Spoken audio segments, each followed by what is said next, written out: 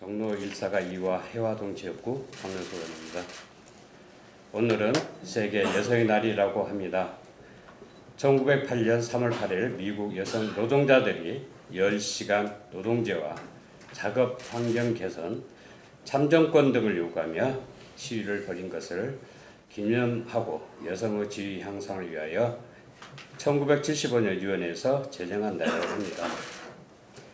세계 여성의 날이 지정됐지만 여전히 성평등 길은 멀어 보입니다.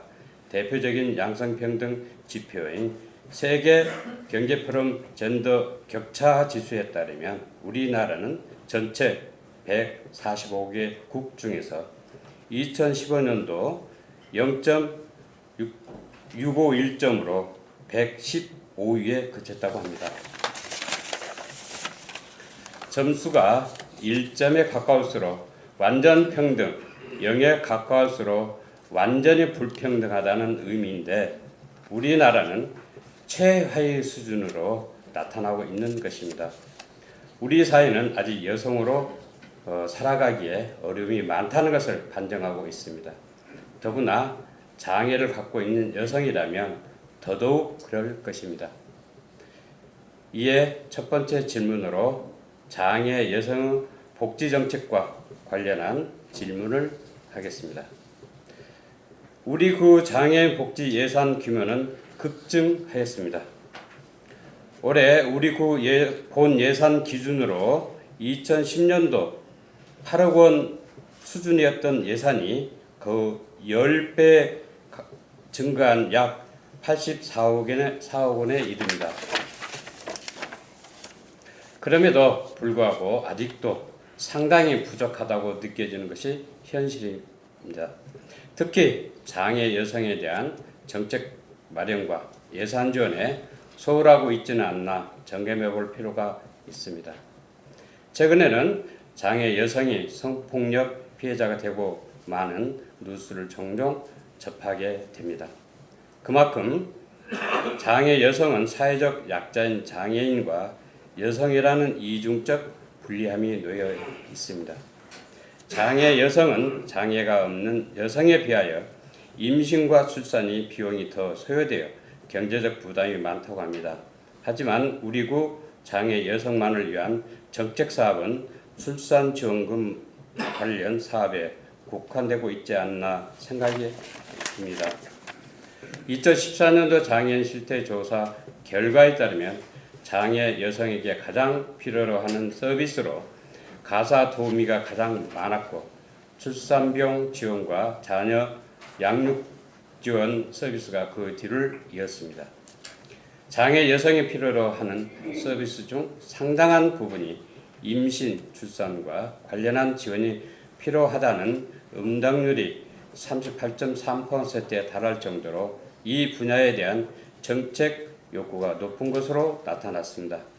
이 조사에서 장애 여성이 임신, 출산을 꺼리는 이유로 자녀가 장애를 가질 것에 대한 두려움을 제외하고는 자녀 양육 문제, 집안일 문제 순으로 높았습니다. 즉 우리는 장애 여성에 대한 정책과 지원이 출산 장려금에 그칠 것이 아니라 장애인 여성에 대한 임신, 출산 정보 제공, 산모에 대한 건강관리, 육아와 양육 지원으로 확대해야 할 필요가 있는 것입니다. 또한 장애 여성의 가사 도움을 줄 수 있는 복지 시책이 시행되어야 할 것입니다. 결국 장애 여성이 필요로 하는 정책을 개발하고 보다 실질적이고 현실적으로 도움이 되는 복지 정책이 필요하다는 것입니다. 장애 여성 복지 증진을 위한 종합적인 계획을 세우고 장기적인 지원 방법을 강구하기 위하여 지역사회 보장 계획에 장애 여성 복지 정책을 포함시키고 또한 단순히 예산만 지원할 것이 아니라 장애 여성의 욕구와 목소리를 조사하고 반영하여 보다 실질적이고 현실적인 지원 정책을 마련해야 된다고 본 의원은 생각합니다만 구청장님의 견해는 어떠하십니까? 한 가지 덧붙여 말씀드리면 계획하였던 우리 구 장애인 통합 폐관 건립이 최근에 어려움을 겪고 있는 것으로 알고 있습니다만 우리 구 장애인의 수건인 장애인 단체 사무실을 하루속히 마련될 수 있도록 적극 노력해 주실 것을 당부드립니다. 두 번째 질문을 드리겠습니다.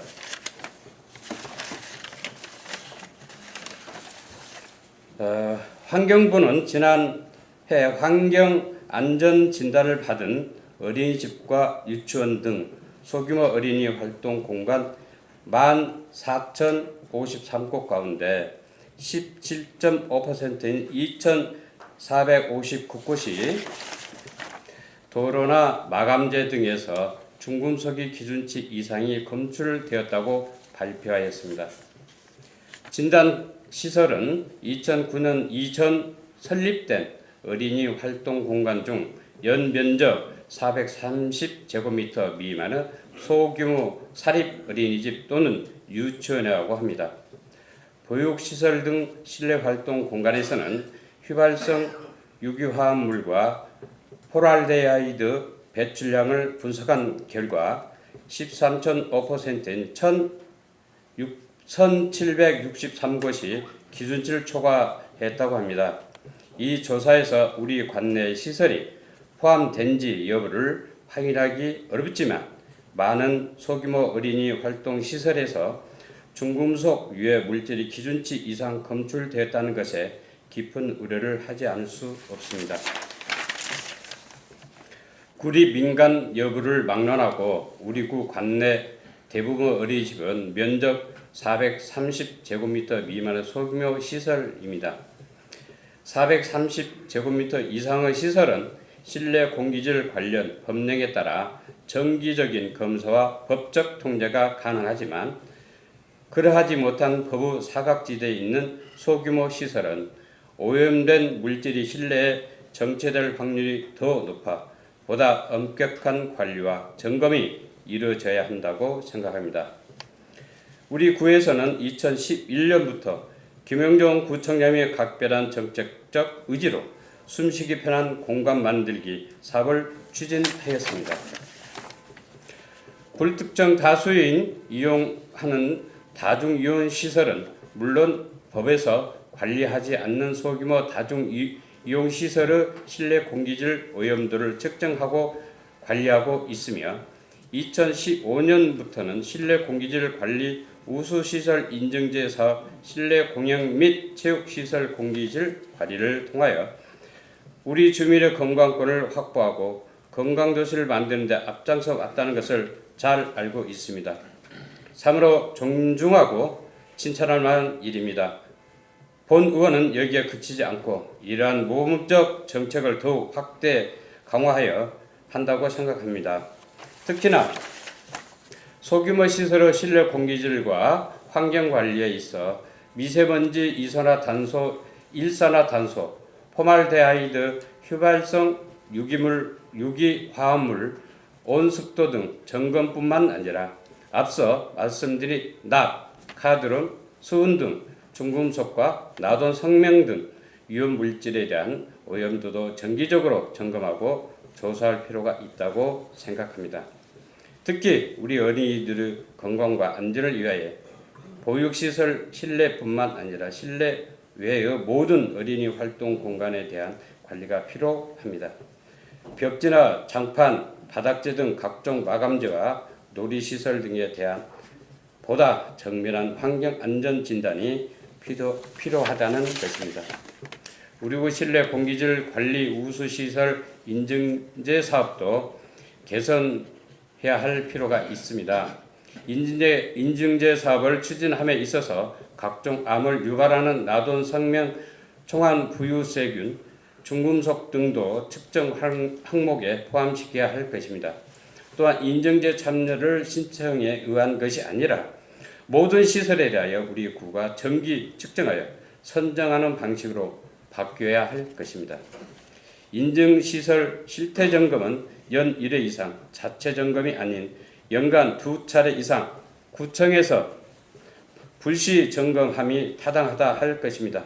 우수시설 인증제 사업을 위한 실내 공기질 오염도 측정 시설 관리 실태와 실태에 대한 현장 조사를 누가 언제 어떻게 무엇을 얼마나 하느냐의 절차적 제도적인 합리성과 정당성이 확보되어야 한다고 생각합니다.